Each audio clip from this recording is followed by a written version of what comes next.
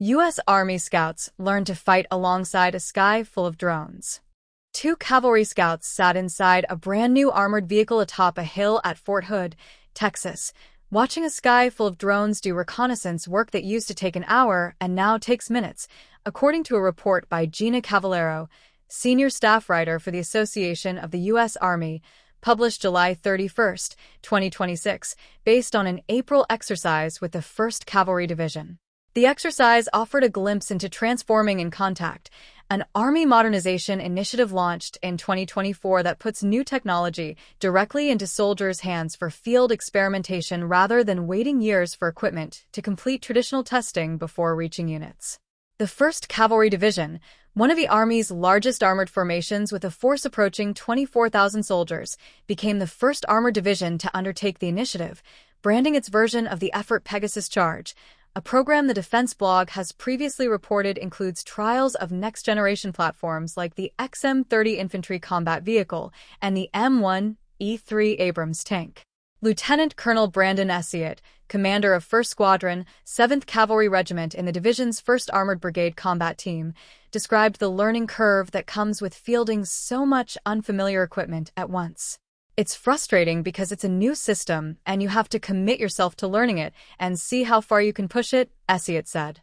Essiott pointed to the dramatic speed difference between the Army's older Raven reconnaissance drones, which could take up to an hour to launch while a unit waited for approval from higher headquarters, and the newer systems now filling that same role. But here, we'll be able to get this down to within 5 to 15 minutes for the different drone platforms, so we're able to make an immediate effect on the battle, Essiott said. Captain Max Laguna, who commands the squadron's newly formed multifunctional strike troop, a reconnaissance unit with deep strike capability, led the Hilltop drone mission and reflected on how different his job would have looked with this technology just 2 years earlier, when he commanded a tank company without any dedicated aerial reconnaissance support at his level. So, I got to be the ground force, moving along wishing I had a drone in front of me feeding me information, Laguna said. The closest thing you had to that would be an unmanned aerial systems platoon flying drones for the brigade. There was a big gap between the large-scale drones flying for the brigades and divisions and the ability to have small-scale drones that could actually provide information to companies. That shows how emerging this is. Major General Tom Felty, the division commander who is slated to relinquish command in July, said the transformation effort draws directly from lessons observed in the Russo-Ukrainian War, where static, trench-style fighting has dominated much of the conflict. That static, positional, attrition-based warfare is a result of not having the ability to generate offensive maneuver, Felty said. When you lose the ability to conduct maneuver, when you lose tempo, when you lose your offensive capability, you're forced to fight in that static positional warfare. That's what we want to avoid. Felty compared the significance of an armored brigade combat team to a Navy carrier strike group, noting the active-duty Army fields 11 of each formation. An armored brigade combat team is akin to a U.S. Navy carrier strike group, Felty said. When we show up on the battlefield, everyone notices, and that's why it's important that we adapt to the modern battlefield.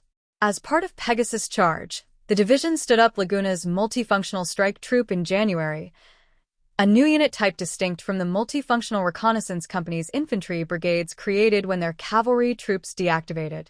That structural shift reflects a broader integration effort the defense blog previously reported on, including a related exercise where the division's 1st Battalion, 12th Cavalry Regiment wove drone reconnaissance and counter-drone jamming directly into simulated combat sequences during training in Latvia, rather than treating those capabilities as separate demonstrations.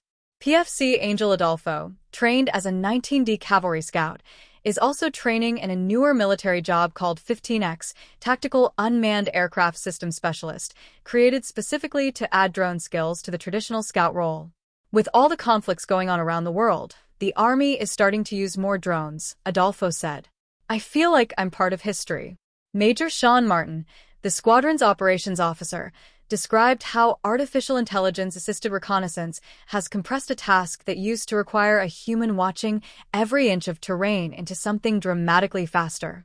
Having it speed up from the computers and then deconflicting the airspace, that is a game changer that's going to take what would have taken maybe a 6-hour block to do an aerial reconnaissance to be done now in maybe a half hour, Martin said. The squadron has also fielded 40 new armored multipurpose vehicles, built on a Bradley fighting vehicle chassis but without turrets, replacing legacy M113 personnel carriers and freeing up interior space for workstations when the vehicle serves as a tactical command post. Martin noted that command posts face growing danger from the same battlefield saturation of sensors driving the rest of the exercise, meaning those posts must reposition constantly to avoid detection and attack, a capability the new vehicles are actively testing during the training. That vulnerability tracks with a separate BAE Systems prototype. The defense blog reported the division tested in April 2026 the company-funded AMPV-30, which pairs a 30mm cannon with radar specifically built to detect and destroy small drones, though the Army has confirmed it has not yet procured that specific system. Captain Amy Amperon, who commands the squadron's forward support troop, has been testing a jam-resistant navigation system developed by Turn AI that displays route information on a tablet roughly the size of a paperback, using artificial intelligence and a vehicle's own motion sensors instead of satellite positioning. So, it's not jammable, and you can drop pins, Amperon said. First Lieutenant Patrick McCampbell, a scout platoon leader in the squadron's A company, summed up the uncertainty running through the entire effort, acknowledging that neither he nor his soldiers fully know what equipment or tactics will ultimately prove effective. We don't really know what's going to be next, but we can figure out what works and what doesn't. It's the edge of change, and change is tough, McCampbell said.